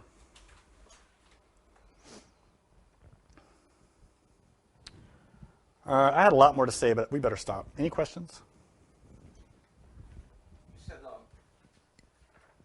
what was the phrases, Bodhisattva would take a straight path and denounce nirvana. And you said nirvana is a state of cessation. Right. I understand. Well, the word nirvana is like many other words that we use in this tradition. It has different applications depending on the context. Strictly translated, it means cessation. So the primary meaning of nirvana is psychological. But like the word heaven, that psychological meaning has a correspondence to matter. What that means is you can't enter the place nirvana unless your mind vibrates at that level. So that means you have to have achieved nirvana psychologically to have the cessation of suffering in yourself in order to be a being who lives in the place nirvana. So it's both. It's a psychological state, it's a place, but they're intimately related. We can visit, just like we can visit now, by modifying and managing our consciousness, our attention. If we learn these techniques, for example, let's go on a retreat. We'll go on a retreat, we'll eat really good food, we'll get really relaxed, we'll be around people that we like, we won't be in any danger. We'll be in nature, it'll be a beautiful place. We'll be very relaxed, won't be worried about bills or about our job or about anything. We'll just be present and attentive and in the moment. We'll start to experience bliss. Oh, I wish it could be like this all the time. Why can't we live here? Why don't we open our own retreat center? I want to feel like this all the time. That is a state of cessation. It's the cessation of our day-to-day suffering. So that's a little vacation. But it isn't our reality. And nirvana is like that. Nirvana is in the heart and mind. Another question? In the back? Yes. On the site, I read a quote of Master Samalon Vio roughly. He said, "One can continue the great work after death. Obviously, it means if we retain consciousness at the moment of death." Is he referring to the continual destruction of the ego in the afterlife, or is he referring to continuing the work in the next life at the level we left off in this life? Excellent question. The Master Samael stated very clearly that we can continue the work on ourselves after death. So the question is, can we do that? Is that what I'm talking about? And does it mean that we can continue working on the ego in the death state, or that we take another birth and have an opportunity to continue at the same level at which we are now? Well, the whole thing depends on our karma. It's really up to us. When he stated that we can continue our work after death, he means that if we are capable of retaining cognizance while out of the body, separated from the body, then when the body is dead, we can keep working. The same way we can work now in the astral plane. But what is the nature of that work? It is to gain self-knowledge. When you're working on yourself out of your body, this is the primary work. To examine and understand yourself, your mind, why you suffer, what is your karma, how did you get here? It's to comprehend that. It's the most important work. That work can continue after one is dead, if you're cognizant. Likewise, if you have that skill and you have the karma, in other words, you have the capital with which to pay for it, you can take a new body that will give you the chance to continue that work. But if, for example, you may have done the training, but you didn't help anyone in your life, you did a lot of work on yourself, but you didn't do any sacrifice for others, you probably won't get it. Everything costs something. That's why we study 3 factors: death of the ego, birth of the soul, sacrifice for others. These 3 need to be in very powerful equilibrium with each other every day. Sacrifice is extremely important. Sacrifice is not giving $1 for a lecture or giving some Bibles to somebody that needs Bibles. That's nice. That is not sacrifice. Think about the word sacrifice. When you sacrifice something, it's painful. You give a lot. It doesn't need to be money or goods. It can be energy. It can be time. It can be attention. It's to give what's needed. Not to get something, not to get praise, but because it's needed. This is the whole clue of the Mahayana path, which is Gnosis. This is a Mahayana teaching, a greater vehicle teaching. And the basis of that path is bodhicitta, the awakening mind, which is the essence of Christ, which gives. A great example of that is this event that's coming up soon, which we call Good Friday and Easter. That whole holiday, if you study it carefully, you will understand more about what we've been talking about today. If you read the gospel and study what happened to Jesus, a great master who represented Christ in the cosmic drama. The death is his, not only death of all that's impure, the death of sin, it is also the death of self as an act of sacrifice for others. Everything that he did, everything he said, was for others. That sacrifice. He didn't do it with money. He did it with his energy, with his love. That sacrifice. So through that type of death, he earned a type of birth which is incomprehensible, which we celebrate on Easter. We celebrate on Christmas. So we need to study those symbols as they apply to ourselves, and we'll have lectures about that coming up.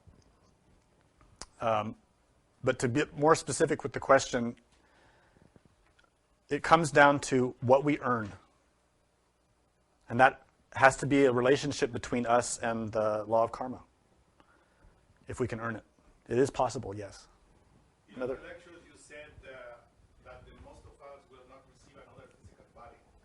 If we do not get another, and we go to the abyss to get purified, is the work we do up until the pointless, up to now is pointless, or will be useful the next time we get a human body? That's also a great question.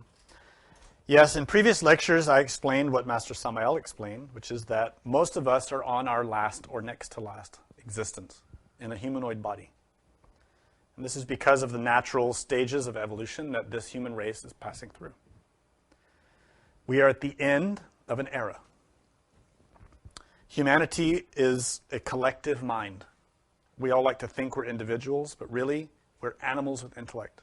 And animals move in groups. This whole humanity is a group that has become very sick, psychologically, very sick. And the only way nature can help us now is to purify us through hell. So that's why these teachings are being given freely and openly to anybody who wants to take the last chance to use it and escape that process. So it's true that most of us are on our last existence, the vast majority.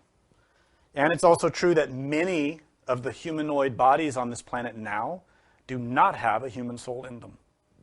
They are what we call klipot, or empty shells. They are people without conscience who just behave evil and are here only to fulfill the karma, to make everyone else suffer. And that's why we have so much suffering spreading on the world and getting worse. So the question continued, will our work be wasted if we don't earn another life? No. Your work is never wasted if it is cognizant work, truly conscious work. What that means is that if you truly learn something in your soul, that will be part of you for eternity, forever. But if you're only learning it with your personality or your intellect, you will lose that. When your physical body dies, everything superficial in us dies, the personality and all of its habits. So we could have been a really good Catholic, memorized the Gospels, gone to every church service, Wednesdays and Fridays and Sundays, and been for every christening and every event we're supposed to go to.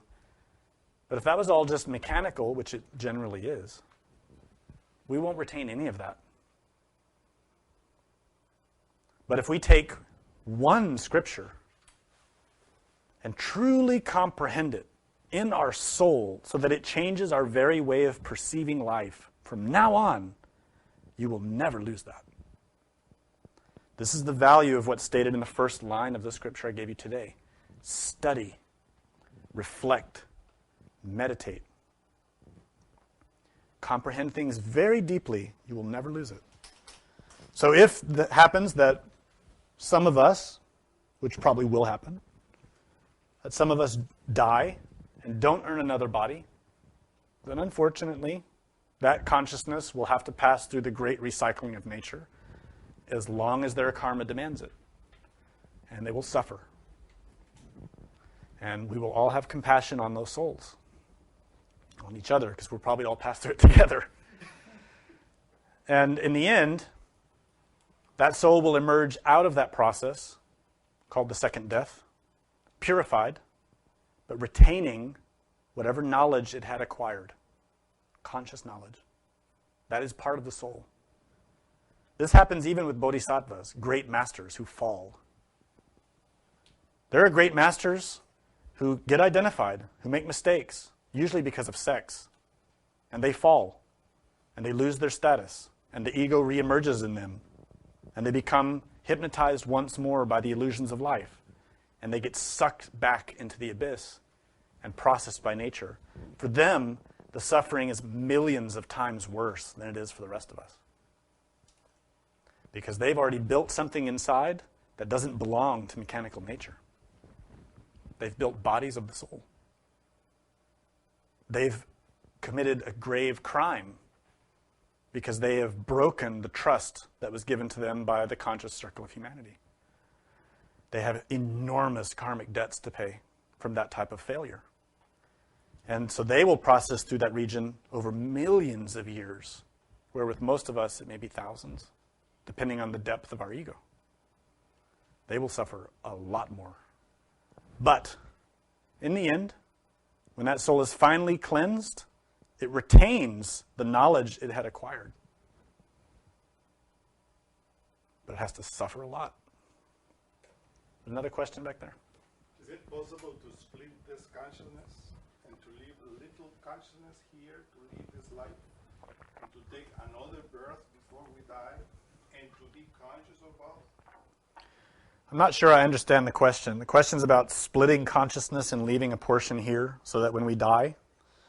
No, it doesn't work like that, if I understand the question. Our consciousness is already divided. It's dispersed and divided amongst all of the fighting desires that afflict us now. It is not possible for us to take a percentage of our consciousness and implant it somewhere and save it as if it's a material element. Consciousness is not matter. It utilizes matter. It is an energy, but it is not an energy like other kinds of energy. It's not something that can be manipulated like salt and sugar.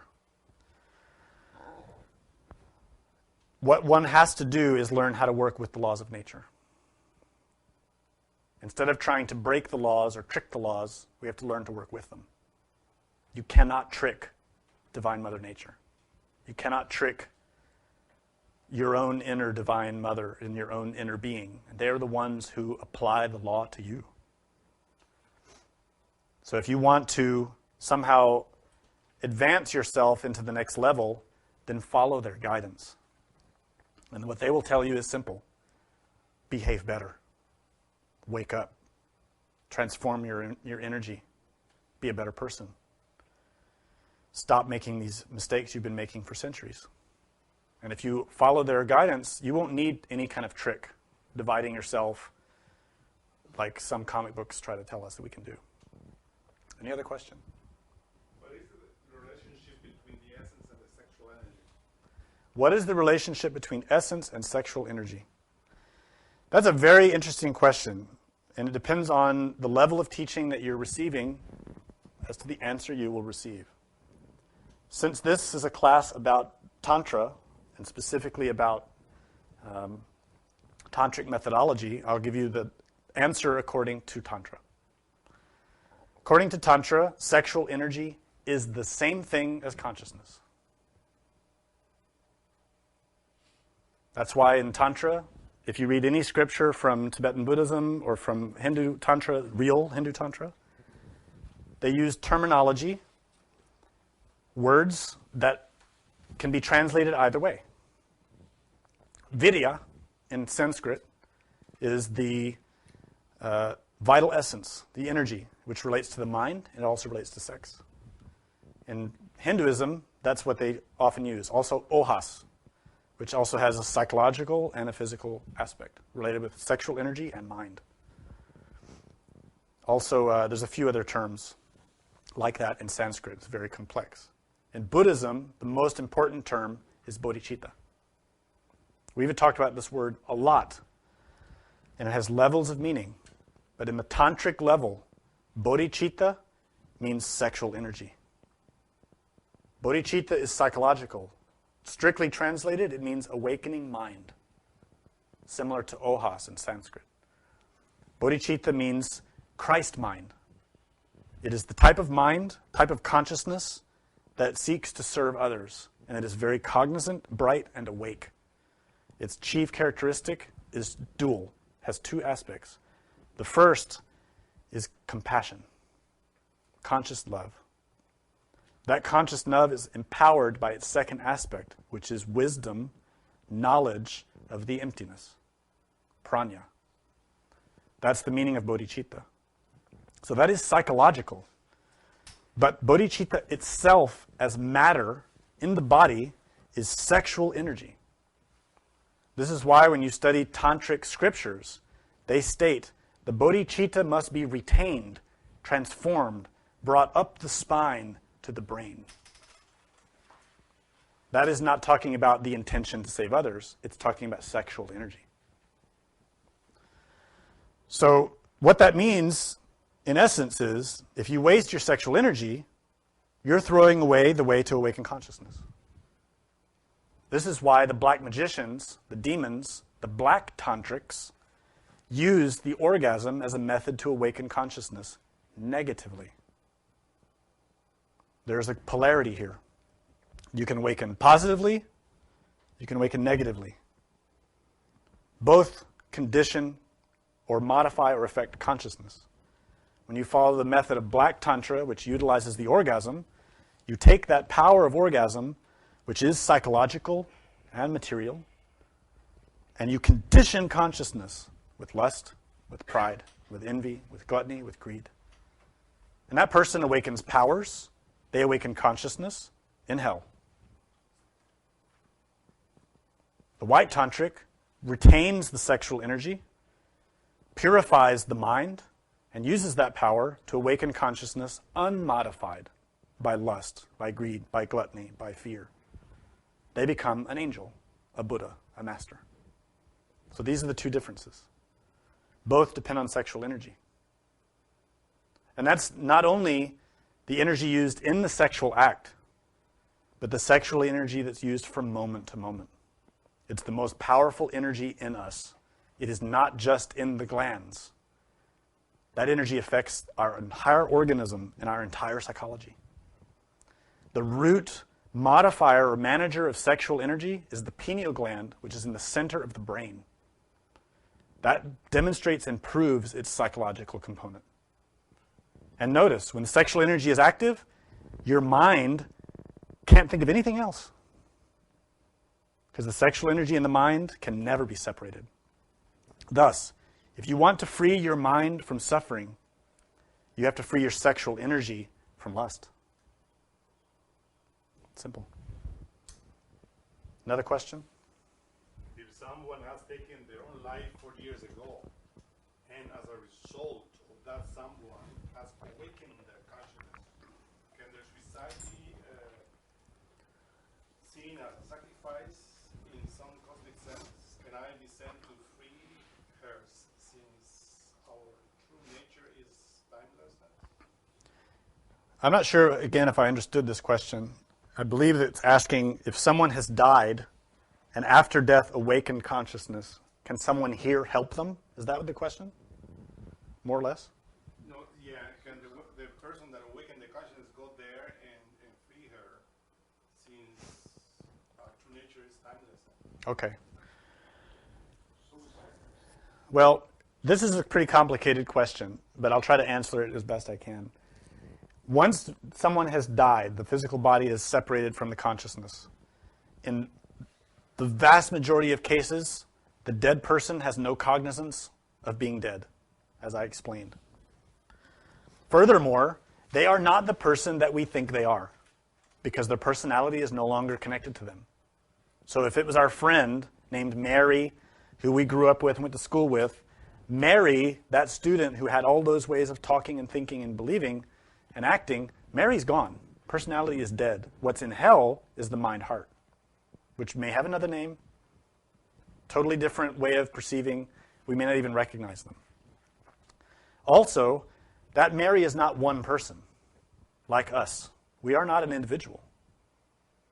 If any of us were to really go and see ourselves in the fifth dimension as we truly are, we would not find one person. We would find a multiplicity of competing desires. And we may experience this in our dreams.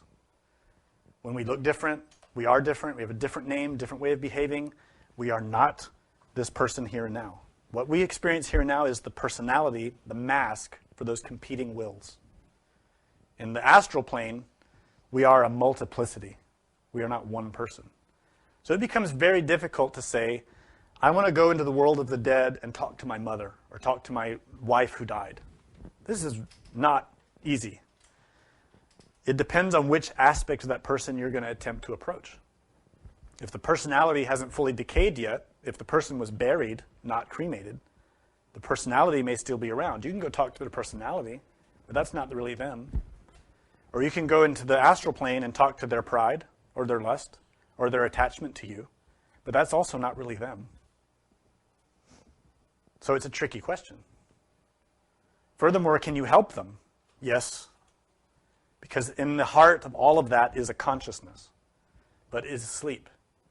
In order to awaken that consciousness and bring them out of there, takes an enormous amount of energy and effort, and generally will fail, because the person doesn't have the training sufficient to keep their consciousness awake. Samael Aun Weor told many examples of this type of experience where he tried to help people who had died. And he eventually gave up. He said, it's pointless. They're dead. They don't know they're dead. They don't want to know they're dead. They don't want help. They want to keep going to work every day in the land of the dead. So the best thing to do is to have love and compassion for them, but they're going to go through their process. Nonetheless, in that world, there are angels and masters who are there attempting to help those who have died. We can help them by sending them our prayers, by sending them our good intentions. There are even certain rituals we can do to help the dead. But generally speaking, this is extremely difficult. And it's because of the nature of our psychology. The difference can be if the person who died actually had done work on themselves. If they actually had had training of some kind, then you can help them. As an example, in pretty much every religion, especially in Gnosis or in other forms of Tantra, there are rituals one can perform for the one who is dying or who has died. And generally, those need to be done within 40 days of death, depending on the specific ritual. Those rituals can help a person a lot. But again, it requires that they have training. They have to have the ability to maintain cognizance. The dead person needs that. Their consciousness needs the ability to receive the help. But this is rare. Another question? Can you lose a chance to awake conscious in this life if you have masturbated too much? Can you lose the chance to awaken consciousness in this life if you have masturbated too much? You can always have a chance to use consciousness and awareness just by remembering to do it. We lose the chance to use consciousness when we forget ourselves. Anytime that we forget ourselves, we've lost it. And we forget ourselves all the time, all day long. Most of us go days, even having received this training. We can go days, even weeks and months, and all of a sudden, oh, I need to be observing myself. It takes a lot of training to learn to be consistent and to establish this as our way of living. Expect that it can take years to learn it. Just expect that. Don't expect to become skilled at this in a few days or a few weeks. You might. But if you go into it expecting, this might take me 20 years to learn, it's worth it. Even if it takes 40 years, it's worth it. It'll make a difference. However, if you're masturbating, if you're having orgasmic sex, mechanical animal sex, you are directly contradicting your efforts to do this. Directly contradicting it. You're taking the very power that gives you the ability to do this and throwing it away. Not only that, you're feeding lust and making it stronger Any desire that you feed, you strengthen it. Just imagine that you've discovered that inside of your mind is a big gorilla. A big gorilla. And he's hungry. And he's hungry for whatever you've always been feeding him. Lust, the orgasm, pride, gluttony. He loves Twinkies. He loves ding-dongs. He loves whatever it is you love to eat. And he's very lazy. All those characteristics that you have that are harmful.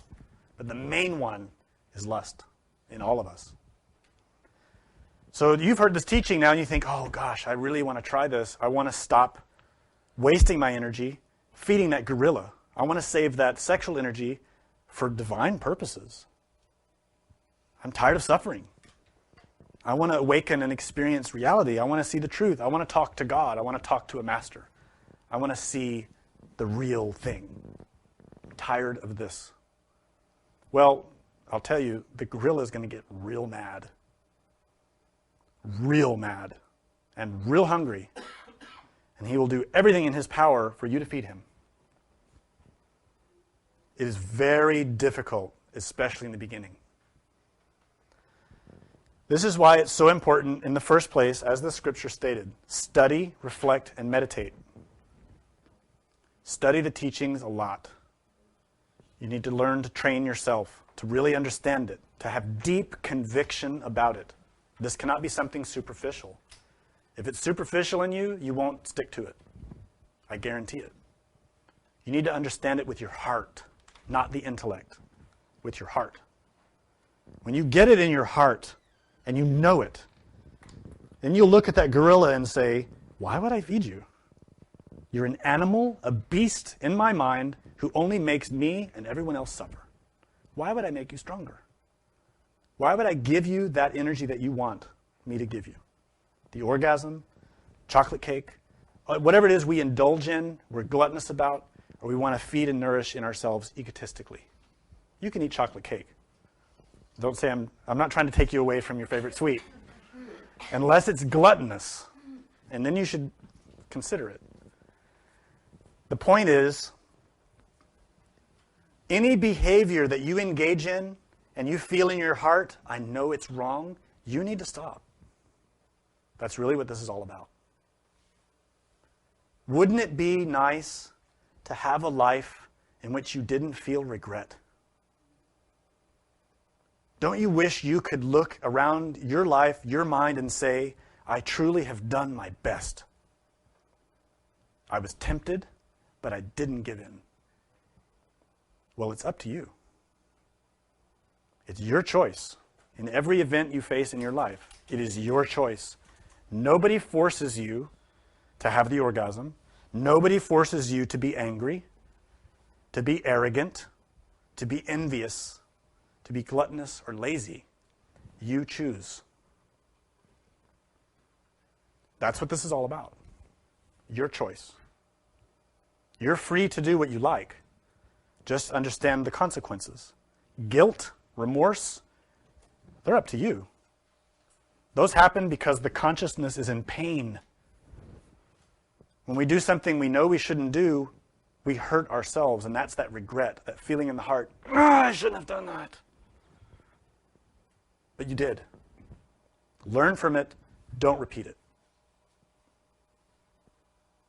If you're repeating a habit, it's because you don't understand it. Study, reflect, and meditate. If you're feeling doubt, regret, pain, study the cause of that. Find out why it happened. Don't repeat the mistake. This is the essence of it. Cognizance, knowledge, and making good choices. Any questions? No? Any back here? Yes? Oh, gosh. Okay. Oh, that's it. No more questions. Thank you very much.